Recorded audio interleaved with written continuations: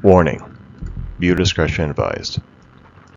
Tonight we're looking at homicide, and the case summary of BTK. Dennis Rader, or better known as BTK, for bind them, torture them, kill them. A nickname he gave himself, after terrorizing Wichita, Kansas for almost 30 years and leave behind 10 victims. In 1974, his first victims were 4 members of the Otero family, Mr. Joseph Otero and Mrs. Julie Otero, along with their 2 youngest children, Joseph Jr. and Josephine. He claimed all his killings were for sexual pleasure. He would stab Catherine Bright to death and almost killed her brother. He sent a letter to the local news station taunting police and asking why his murders were not all over the news. In 1977, he would go on to kill Shirley Vian and Nancy Fox. In 1999, he planned to kill Anna Williams, but she took too long to come home that night, and BTK left, leaving her an almost victim. In 1985, he killed Maureen Hedge and Vicky Wiggerly. His final victim was Dolores Davis in 1991. He would be silent for 13 years. Police considered the BTK case a cold case. Until then, in 2004, he started to send letters again and doing dead drops with photographs and belongings of victims. His confidence was his downfall when he sent a floppy disk to police, who were then able to analyze the disk and discover who he was. He was finally arrested in 2005. Dennis Rader, born March 9, 1945, married in 1971. He had 2 children.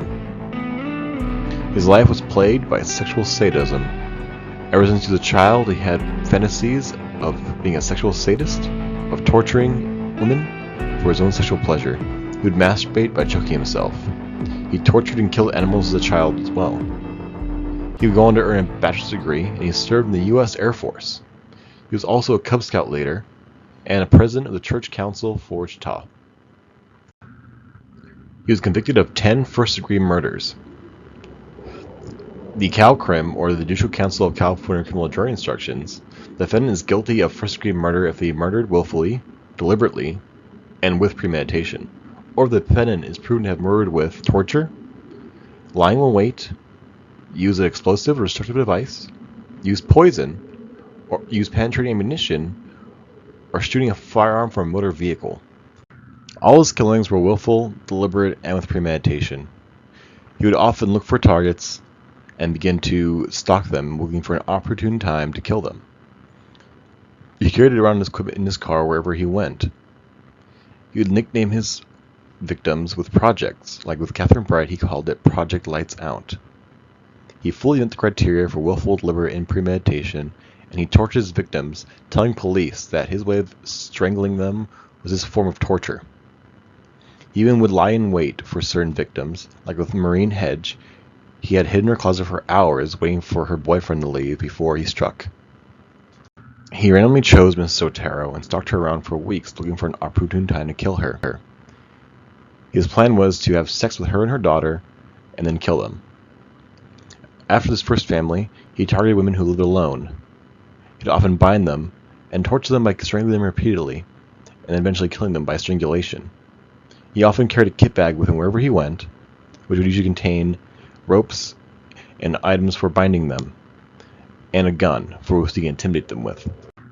He would have sex with his victims and take pictures of his victims. He would often send poems and letters to media outlets, taunting police and asking for fame. And in 2004, he started doing dead drops to police, full of photographs, dolls, and items of his victims.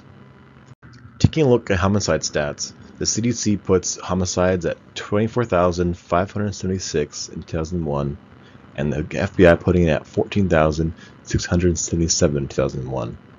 The homicides data is severely lacking because it only constitutes of participating law enforcement agencies.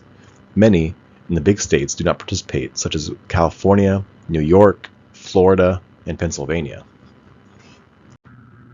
For homicide prevention, it is best advised if cities use community-oriented policing, or COMP, research-based tactics that focus on hotspot areas or areas with high crime, to reduce the gun violence in the streets, promote anti-violence programs, reduce high-risk factors, and promote prevention services like social services and alternatives to crime.